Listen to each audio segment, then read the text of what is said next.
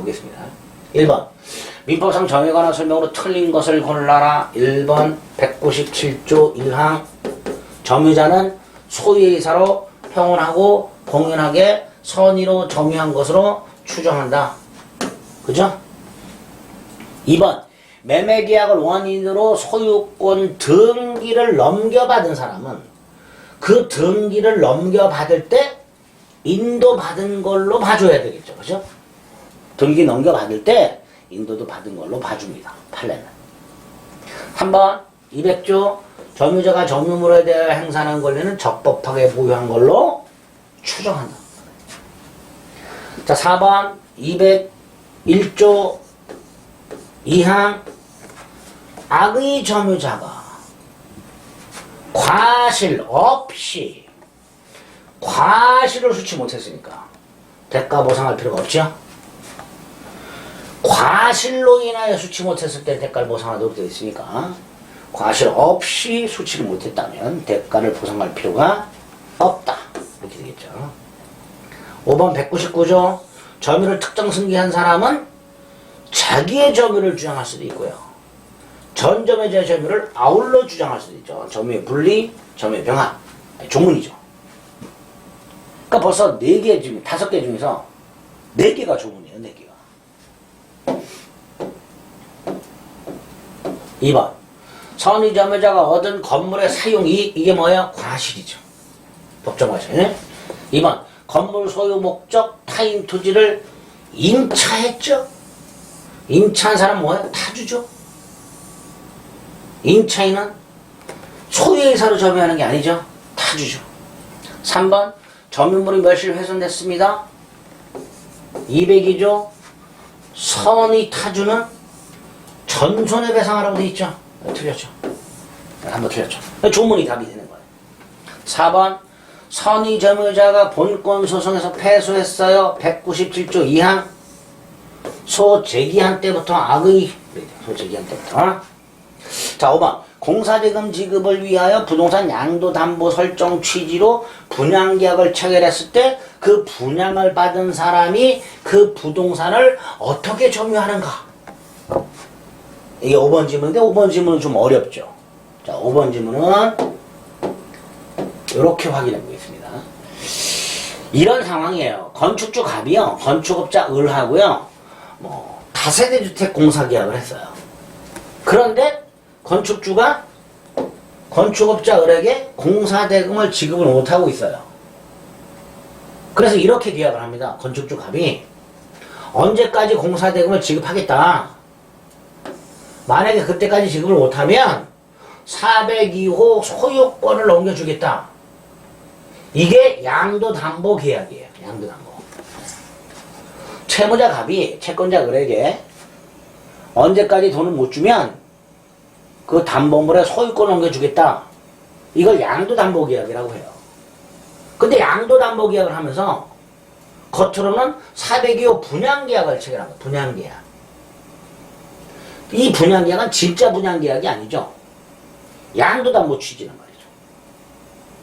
언제까지 돈을 갚겠다, 공사대금을 주겠다라고 말미를 주고 만약에 그때까지 못 갚으면 소유권 넘겨주기로.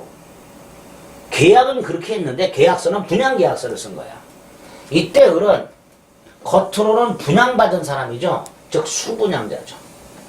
자, 이 수분양자가 이 402호를 직접 점유하나요? 아니죠. 간접 점유하고 있죠. 각과의 계약을 통해서 간접으로 점유하고 있게 됩니다. 그게 5번 지문의 내용입니다. 그렇게 이해해서 넘어가시면 됩니다. 3번 점유에 관한 설명으로 옳은 것을 골라라. 1.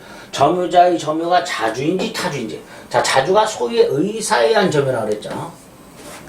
소유의 의사에 의한 점유인지 타주, 소유의 의사가 없는 점유인지는 그 점유자의 주관적인 생각, 이거 가지고 판단하는 게 아니라, 즉 점유자의 내심의 의사를 가지고 판단하는 게 아니라 그 사람이 그 물건을 점유하게 된 원인이 있을 거예요. 그 점유 원인이 무엇인지만 가지고 객관적으로 판단하게 됩니다. 그래서 매수인이다 그러면 대표적인 자주고요. 임차인이다 그러면 대표적인 타주가 됩니다. 무슨 생각으로 점유했는가로 판단하는 게 아니라 매수인이냐 임차인이냐와 같이 객관적으로 확인 가능한 사실 그것만 가지고 자주인지 타주인지 판단하게 됩니다. 틀렸죠? 그 다음에 자주점유는 추정된다고 그랬죠? 그러니까 점유자가 스스로 자주임을 주장할 필요도 없고 인정받을 필요도 없어요. 나 매수인이다. 주장할 필요도 없고 인정받을 필요도 없어요. 그냥 가만히 있으면 자주로 추정이 됩니다. 그러니까 점유자가 스스로 매매 등을 주장할 필요도 없고 인정할 필요도 없으니 그게 인정되지 않는다 하더라도 자주임의 추정은 깨지지 않는다 이렇게 되죠. 3번은 다시 202조. 점유물이 멸실 훼손되었을 때 선의 타주는 전손해배상이라고 그랬죠. 전손해배상. 4번 악의 점유자인데요. 또 나왔어요. 과실 없이 수치를 못했어요. 그때는 대가를 보상할 필요가 없다. 그랬죠? 틀렸죠. 자, 답은 5번이죠. 199조. 자기 점유와 전 점유자의 점유를 아울러 주장할 수 있고 아울러 주장한다면 전 점유자의 하자 이것도 승계한다. 결국 나머지 지분이 무슨 말인지 잘 모른다 하더라도 그러니까 시험 볼 때 이렇게 되는 거죠. 모르겠는데? 이건 아는 거고 이것도 아는 거고 근데 이게 옳은 질문이네. 그러니까 1번, 2번을 몰라도 답 고르는데 지장이 없단 말이죠. 이렇게 골라주세요. 실제 나중에 실전 가면 40문제 중에서 절반 정도는 이렇게 풀어요. 5개 다 몰라. 5개를 전부 알고 푸는 게 아닙니다. 이렇게 풀어요. 4번 점유에 관한 설명을 온 것을 보라. 점유 매개관계라고 나왔죠. 대표적인 게 뭐예요? 임대차. 그래서 직접 점유자가 누구죠? 임차인. 임차인 뭐라 했어요? 타주. 2번 점유자는 소유의 의사랑 과실 없이 과실 없이 점유는 추정 안 되죠. 무과실은 추정 안 된다 그랬습니다. 3번 갑이 을로부터 임차한 건물. 자, 갑이 을로부터 임차했으니까 을이 간접 점유자, 갑이 직접 점유자죠. 그런데 을의 동의 없이 병에게 전대했죠. 자, 을이 갑에게 빌려줬고 갑이 또다시 병에게 빌려줘서 현재 병이 직접 점유하고 있죠. 그럼 갑이나 을은 간접 점유자죠. 그리고 갑을 간의 점유 매개관계 하나, 갑병 간의 점유 매개관계 하나. 점유 매개관계는 중첩적으로 쓸 수 있죠. 그런데 을만 간접 점유자라는 거 틀렸죠. 갑도 간접 점유자가 됩니다. 4번 갑과 의사의 명의상 약정에 따라 자신의 부동산 소유권을 을 명의로 등기했을 때 을의 점유는 타주다라고 되어 있죠. 자, 여기서 명의신탁 약정은 일은 빌리는 약정을 말합니다. 갑이 을에게 야 내가 땅을 하나 갖고 있는데 세금이 많이 나오니까 좀 네 이름으로 해놓자. 그래서 을이 오케이. 그래서 을의 이름으로 등기를 해놔요. 이때 갑을 이름을 빌린 사람이라고 해서 명의신탁자라고 하고요. 이름을 빌려준 사람을 명의수탁자라고 하는데요. 명의수탁자는 소유자가 아니죠. 그러니까 수탁자가 만약에 그 부동산을 점유까지 하고 있다. 타주. 5번은 실제 면적이 등기된 면적을 상당히 초과하는 토지 매수라고 되어 있죠.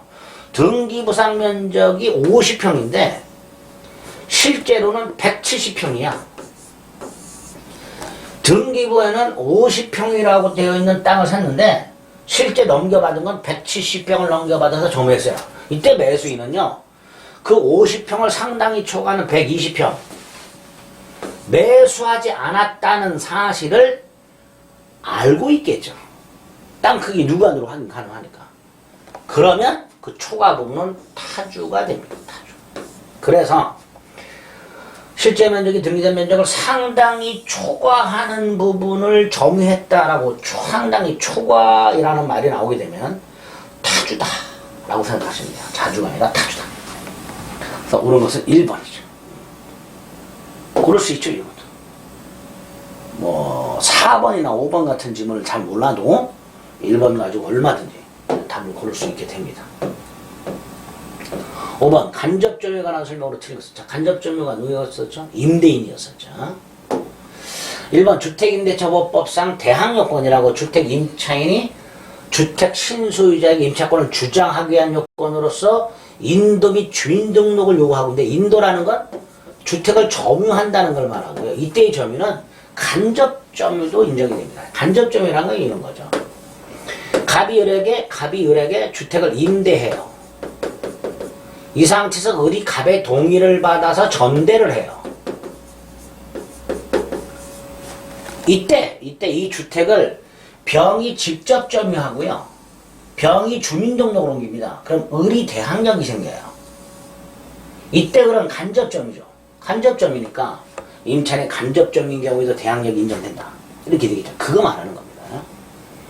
2번 점유취득시에 기초인 점유에는 간접점유도 포함된다. 자, 점유취득시효는 갑소유 땅을 을이 20년을 점유함으로써 소유권을 취득하는 제도인데, 자, 갑소유 땅을 을이 점유하다가 20년이 되기 전에 다시 병에게 전대를 해요. 그래서 병이 직접 점유하고 있고 을이 간접 점유하고 있는 상태에서 20년이 돼. 그럼 을에게 취득시효로 인정해 줍니다. 그러니까 점유취득시효의 기초인 점유에는 간접 점유도 포함된다. 이렇게 말을 하죠. 자, 1번, 2번은 좀 까다롭죠. 자, 3번. 직접 점유자가 점유를 임의로 양도했다. 이건 말씀드렸죠. 갑이 을에게 물건을 임대해서 점유를 넘겨줬는데 그걸 병이 뺏어간 게 아니라 을이 스스로 병에게 넘겨준 것은 침탈이 아니기 때문에 갑은 점유물 반환을 청구할 수가 없다 그랬죠. 그게 3번이죠.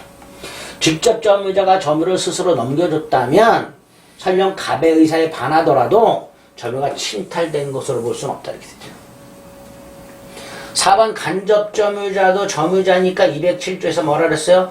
전 3조의 규정은 204조, 205조, 206조를 행사할 수 있다 그랬죠. 4번이 틀렸네요. 역시 조문으로 답을 고를 수 있게 됩니다. 5번 점유 매각관계를 발생시키는 법률행위, 즉 임대차 계약 생각하시면 되는데요. 임대차 기간이 끝나가지고 계약이 실효가 됐어요. 근데 아직 임차인이 물건을 반환하지 않고 있어요. 그럼 여전히 간접점유, 직접점유 관계가 존속하게 됩니다. 따라서 점유 매각 관계는 반드시 적법 유효할 필요는 없다. 이렇게 말을 하게 됩니다. 따라서 옳은 지문이 되죠. 틀린 거 4번.